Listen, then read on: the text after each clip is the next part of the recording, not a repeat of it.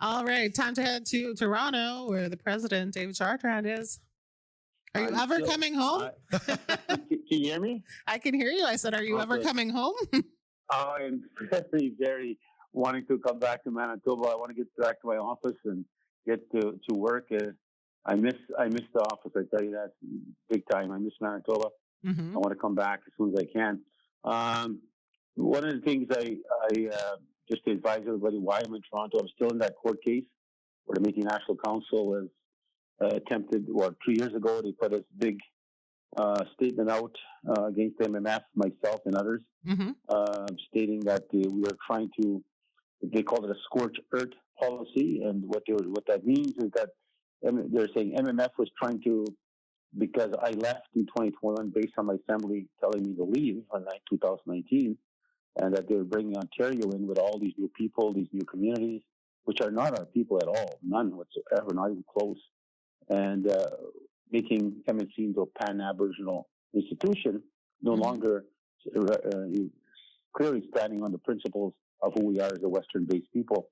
So I did leave, and then they put on a lawsuit on us, stating that the MMF was trying to destroy the MNC so the MMF could be stronger and take over the world kind of concept, take over all the national, which is 100% not true. So, but they filed it in court, and it's dragging us into the courtrooms now.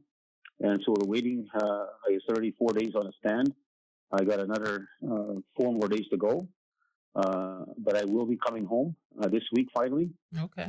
This started again. Let's not forget, this trial started on January 6th. Wow. So I've been on this trial since January 6th. That's over a month. Mm-hmm. Watching it every day, listening to it every day, getting on the stand now. It's just crazy, absolutely crazy. And it's only 4 little items, but they're trying to say, that's the reason why. I was trying to hurt them so MMF can be bigger. MMF has 1,400 employees. We have businesses right across, infrastructure, locals, strong locals, regional offices, regional infrastructure, and we have, of course, we removed the boundaries of our people, Mm-hmm. that they could come home wherever they are. As our families have told me year after year at the assembly, our people, our children should have the right to register with the MMF. It's their government. We did that, and they're saying there's an example. There's a proof again. He's going out to take over all of us. Which is again not true. So, anyways, but it's something we will. I feel very without doubt we will win. Mm-hmm. I can't see the only argument they're using right now for people to hear it is that they're saying the Métis National Council was never a government. It's always been a corporation for not-for-profit. Now, that's the old system that governments have used on Indigenous people, actually, stating that we don't have rights to self-government, that we don't have the right to sue the government. They did that in our land claims, if everybody recalls. They said MMF doesn't have the right to take the land claim case to court because we're a not-for-profit corporation with the federal government. So, actually, we won that argument. We got the federal government, their experts, to admit in court that they forced us to incorporate, and they forced us to incorporate a not-for-profit institution. Then they used that to argue to the Supreme Court of Canada that the MMF can't take this case of the land claim on behalf of the people because we're not-for-profit. Mm-hmm. But the Supreme Court, all of them, unanimous decision, all of them disagreed with Canada, said no, guaranteed the MMF could take this case, and you can't use the argument of not-for-profit. You forced them to go there. Mm-hmm. So that, again, example, but that's what they're using now. Right. That's what Alberta and Ontario is using against MMF and against MNC, especially MNC. They're saying you're not for profit, you're not a government, you're a corporation. So it's really sad to see your own people trying to use that to bring down your fight and pursuit of self-government. Mm-hmm. But it's part of, again, the battle. Good example, they brought in some Veterans Affairs officials from VAC and used them as evidence to argue that I was not following the rules on the Veterans Agreement I signed with Canada. I signed it. I know it well. Mm-hmm. And now I don't know if you recall, we were giving out, if the veteran had passed away from 2016 forward, mm-hmm. January 1st, 2016.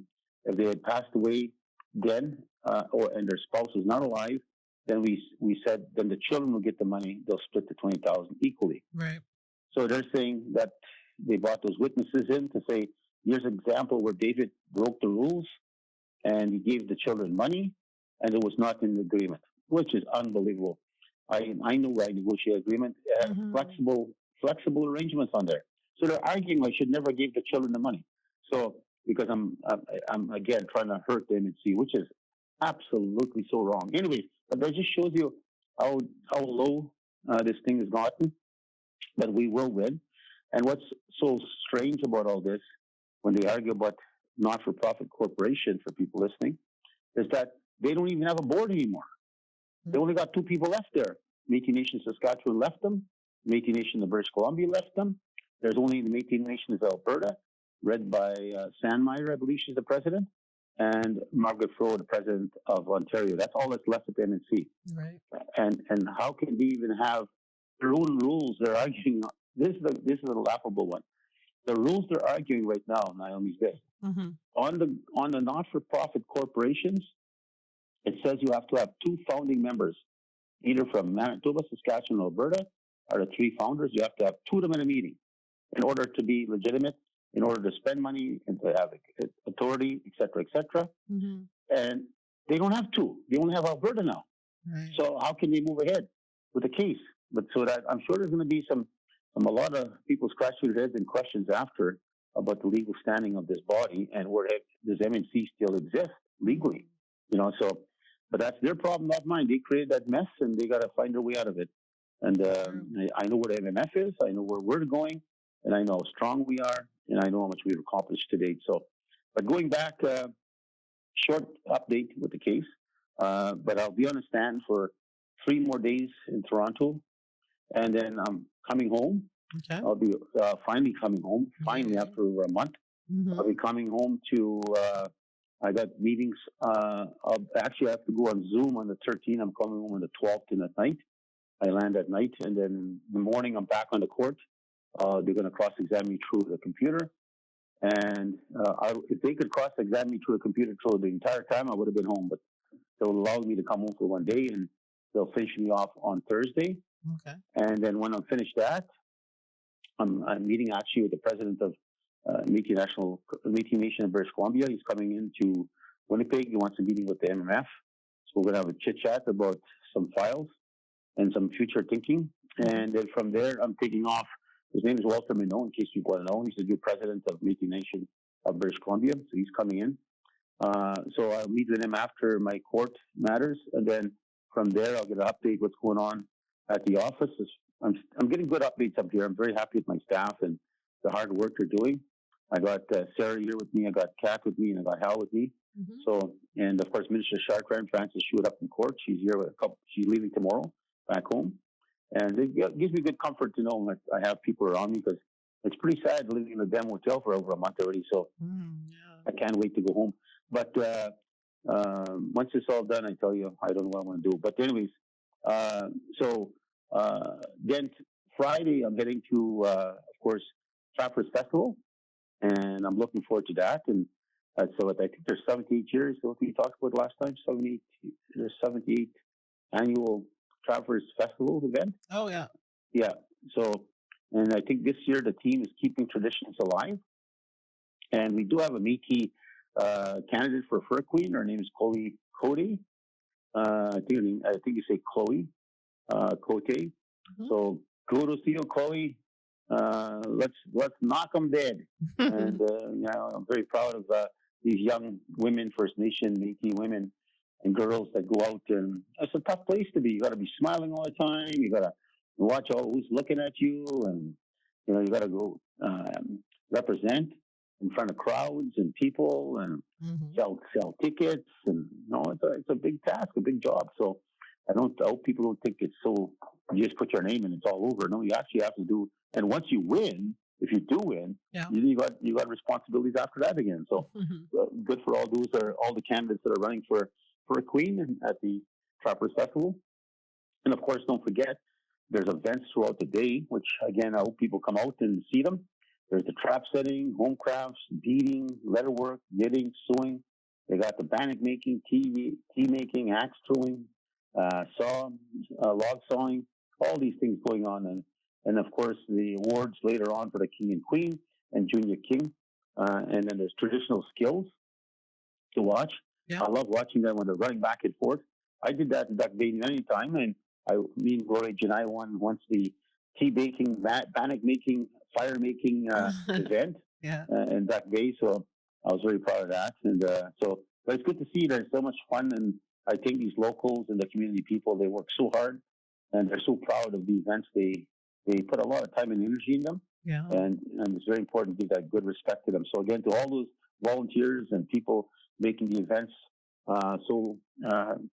memory making, that people talk about it as they leave, people talk throughout the year. Remember back in Trappers Festival, remember this, remember that. So those are very important things to They happen. have a lot of amazing vendors there as well. Oh, yes, you're right. There's vendors. I actually ended up buying a lot of stuff. I bought some blankets. I bought some other stuff from there when I was out there.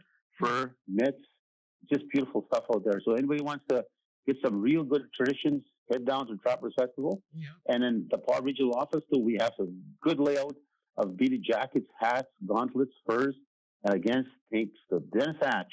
Dennis Hatch, I want to thank him personally. This is his own personal collection. And I'm very, very pleased that we have a person like Dennis, who's a collector of Indigenous, especially Métis beaded jackets, hats, and stuff of that nature. And I just can't say enough of how proud I am. And I asked him one time, can MMF buy this stuff from you? He said, nope, it's mine right now, maybe in the future. Because, we're going to open our Heritage Museum. Mm-hmm. And I'd love to have that display there at different times when people are coming through from around the world to see the beautiful artisan work of our people, to see again because people don't realize, actually I'm wearing my Métis vest, the one that's made by Janine Crouch in court. Mm-hmm. And I explained to the judge about the vest itself, what it means to me, the beadwork that's attached to it, the story that Janine had crafted together with the different flowers and the interconnection of those flowers and the different, like there's berries in the back of my vest. There's cards, spades, diamond, heart, and clubs, and a purple flower in the middle. And that's because it represents my mom, and the front represents me, my story. Mm-hmm. And I explained to the judge in court that I'm honoring the court by wearing this vest in here because it's something that's very to the heart of my people, my family. And so she was quite impressed with the vest. And I wear it every day in court, and I'll wear a different one starting Monday. But again, thank you, Janine, for that. And I know we have a lot of great artisans that are achieving so much today, and I'm very, very proud of them. And I believe we had a business individual there this morning, which I'm told is at the top of my list here. We did. We had Suzanne Stupak. She is the owner of the Stat Co. or the Stat Company for short. And she brought in all of she does beans. So she has, they're all packaged into servings of 6. And she has tortilla soup. She's got traditional baked beans. She's got chili, award-winning chili selection in there. She's got pea soup. Yeah, so you're making me very hungry here. Yeah, so, it's really good. So I love soup, and I said on I think it was last week. I think I said it. I can't wait to get home. I want to have some moose meat, and I hope my son will have some for me, mm-hmm. and some mashed potatoes, and I can't wait. I'm seriously waiting for a made in Manitoba meal, so in our Métis community. So instead of these hotels and foods I'm eating there, I can't stand it anymore. I can only eat so many French fries, I'll tell you that. So right. But anyways, again, I'm very proud of our businesses, our entrepreneurs out there doing this, and kudos to you again, Susan. I think it's Susan. Yep. How you say it? Suzanne? Susan, yeah.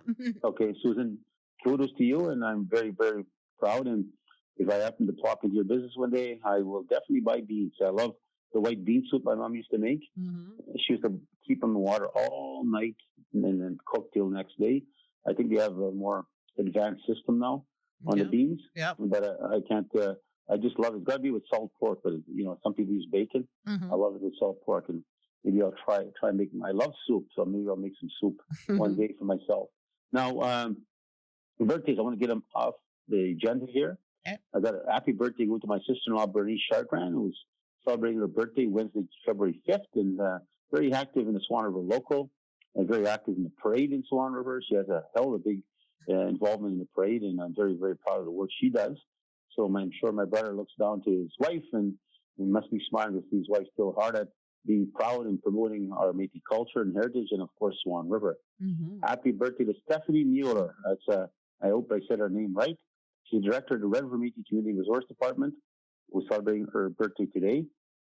I actually had moved Stephanie. She's still there, but I moved her temporarily to assist on the 60 Scoop, the bridge funds, Bridge to Justice Fund. So Stephanie is definitely advancing up there as one of my aces.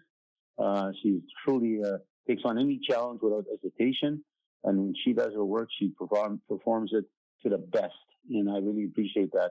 So thank you very much, Stephanie, and again, as I said, I mean what I said. You are becoming one of my aces to count on at all times. So happy 77th birthday is going to MMF Southeast Vice President Minister Denise Thomas. 77 years old. Happy birthday. I know, February 9th, Super Bowl time. So, that, of course, Denise has been one of the longest serving members in cabinet, and something I'm very, very proud of. Very close friend of mine, and we've got very close throughout the years. We've been together for a long, long time. And don't get me wrong, we have our differences too, but we're very close, and something I very appreciate. And she's actually still co-chair of the land claims, co-minister, I'll call it, of the land claims, and with me. And so I'm very, very proud of her. And she's still full of energy. And so I almost said something else, but full of energy. So, this is a woman now. I'm not talking about a man. So then she does. She's still got that drive and that push for people in her region.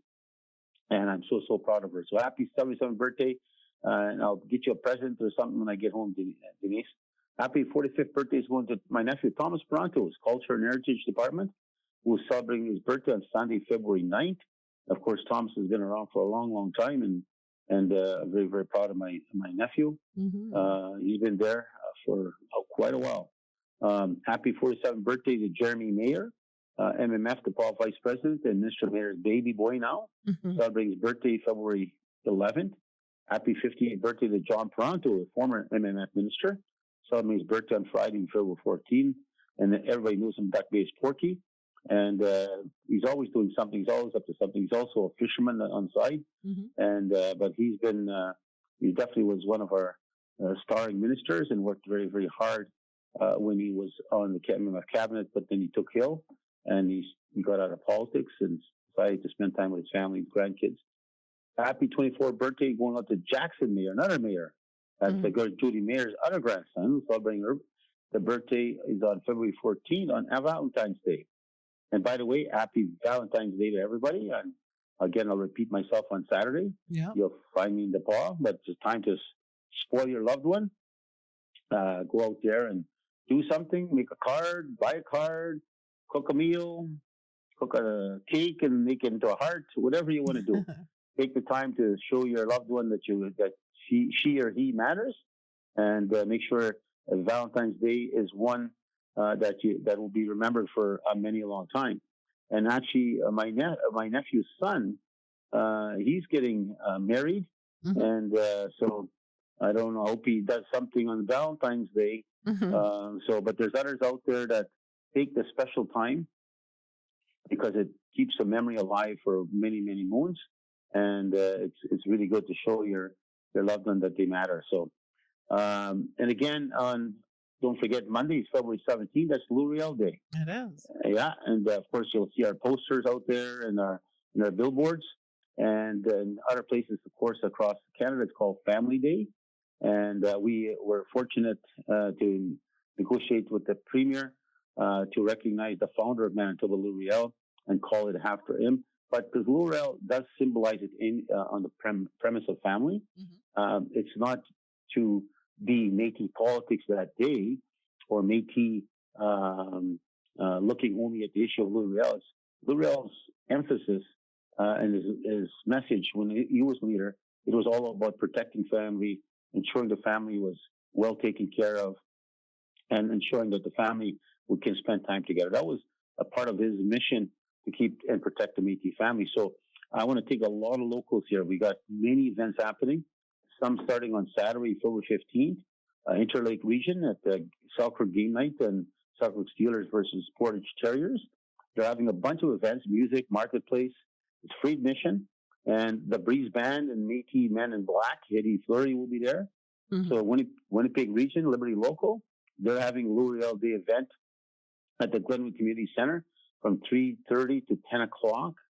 Jason Lapine is there, Lionel Desjardins and Métis Spirit Band, Norman Chief Dancers. They got a whole whack of stuff that's happening. So it must be on L'Oreal Day. Mm-hmm. So it's happening on February 15th at Winnipeg Liberty Local event in Glenwood Community. Anybody wants some damn good music, some good entertainment, good singers, of course, and good dancers. And then Sunday, February 16th, Northwest Region is I'll just name out the locals because it's important to reference these locals, the work they do. Mm-hmm. And these are volunteers, and they're just so proud of their Métis culture, Métis identity, and their local, the name brand of their own local. So they go out and do a lot of stuff, and they raise money, and something I'm very, very proud of our locals. The Northwest Region Plainsview Local is hosting traditional lunch and tea at the Gilbert Plains Senior Center. Remember, this is February 16th. Northwest Region Minnetonka's free community skate with hot dogs, hot chocolate, and prize giveaways. That's again February 16th. What all these I'm referencing is February 16th. Mm-hmm. Southwest Region, Stony Point Métis Local presents L'Oreal Day celebration at the Stony Point Community Hall. Music and food from 1 to 5. There's some great talent. You got Brandy Vesna, Doc and Marcella Vesna, Jesse Bandura, Glenn Hegwell, Hugh Gill, yeah. Yeah, and then you got Southwest Region. You got L'Oreal Day activities at Pelly Trail, St. Madeline Local, Georgia Bolsick Center. There's going to be ballet, hamburger soup, bannock, rice pudding, games, and entertainment. Southwest Region, Turtle Mountain, local activities at Dromore Lake from 8 to 3 includes pancake breakfast, cribbage, poker derby, and more. Again, the Southeast Region this time, St. Eustache. That's a busy local. St. Eustache Local is hosting activities all day from 11 to 4, including a pancake breakfast, axe throwing competition, skating, draws, and fun for all. Norman Chief and more dancers are also performing there.